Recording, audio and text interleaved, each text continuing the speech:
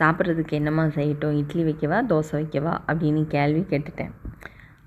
உடனே என்ன பதில் வந்துச்சுன்னா, எதிர்பார்த்த விஷயந்தான், தோசை அப்படின்னு பதில் வந்துச்சு. தோசை சுட்டால் சாம்பார் வச்சு தருவேன் அப்படின்னு நான் சொன்னேன். உடனே அவன் சொல்லிட்டான், இல்லை சாம்பார் வேண்டாம், எனக்கு வெறும் நெய் மட்டும் ஊற்றி தோசை மட்டும் சுட்டுத்தா. இப்படி நான் சொல்லிட்டான் அப்படின்னா ஒரு 4 தோசை நைஸாக தான் இருக்கும், ஆனாலும் நின்று சுடணுமே அப்படிங்கிறதுனால, அதுக்கப்புறம் மற்றவங்களுக்குமே அது நைட்டு வேலைங்கிறதுனால எனக்கு சாம்பார் அந்த கத்திரிக்காய் முருங்கைக்காய்லாம் போட்டு சாம்பார் வச்சுருந்ததுனால அந்த சாம்பாருக்கு எனக்கு இட்லி சாப்பிடணும் போலயே இருந்துச்சு. அப்போ கொஞ்சம் அவனை கன்வின்ஸ் பண்ணி, எல்லாருக்கும் இட்லி தாம்மா, உனக்கு மட்டும் தோசை சுடவா அப்படின்னு கேட்டவுடனே, சரி பரவாயில்லம்மா நீ இட்லியே வச்சிரு அப்படின்னு சொல்லியாச்சு. எப்படி பேசணுமோ அப்படி பேசணும் அப்படின்னா உடனே ஓகே சொல்லிடுவான். உடனே பொண்ணுக்கு பிரச்சனையே கிடையாது. அவள் எது கொடுத்தாலும் அவள் சாப்பிட்டுட்டு போயிடுவாள். ஒன்றும் சொல்லவும் மாட்டாள்.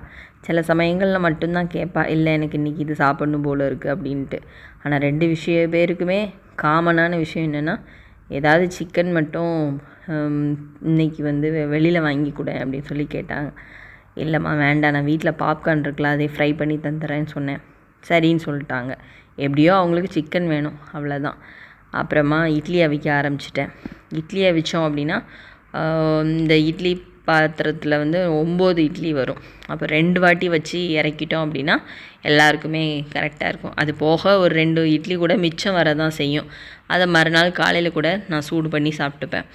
கையோடவே மறுநாளைக்கு முன்னாடியே சொல்லிட்டாங்க எனக்கு ஃப்ரைட் ரைஸ் வேணும்னு சொல்லிவிட்டு. நான் அதுக்கு தகுந்தாப்புலையே தான் அந்த வாரத்தில் காய்கறி வாங்கும்போது ஃப்ரைட் ரைஸோ அல்லது வெஜிடபிள் பிரியாணி அந்த மாதிரி தான்.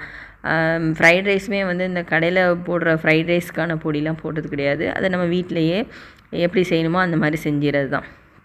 ஸோ கேரட்டு, பீன்ஸு, பச்சை பட்டாணி, அதுக்கப்புறமா ஆனியன், கீரை, ஸ்ப்ரிங் ஆனியன் எல்லாத்தையுமே எடுத்து கழுவி வெட்டுறதுக்காக ஒரு சைடு எடுத்து வச்சுட்டேன். இட்லிங்கிறதுனால சீக்கிரமாக ஊற்றி இறக்கி எடுத்துடலாம். அப்புறம் சாம்பாரை ஊற்றி அவங்களுக்கு சாப்பாடெலாம் கொடுத்துட்டு எல்லோரும் சாப்பிட்டு முடித்த பிறகு எல்லா பாத்திரத்தையும் கழுவி க்ளீன் பண்ணி முடிச்சுட்டு மறுநாளைக்கான எல்லா வெட்டிங் ஒர்க்கெல்லாம் முடித்த பிறகு ஆப்பத்துக்கு மாவு அரைச்சி வச்சுருந்தேன்.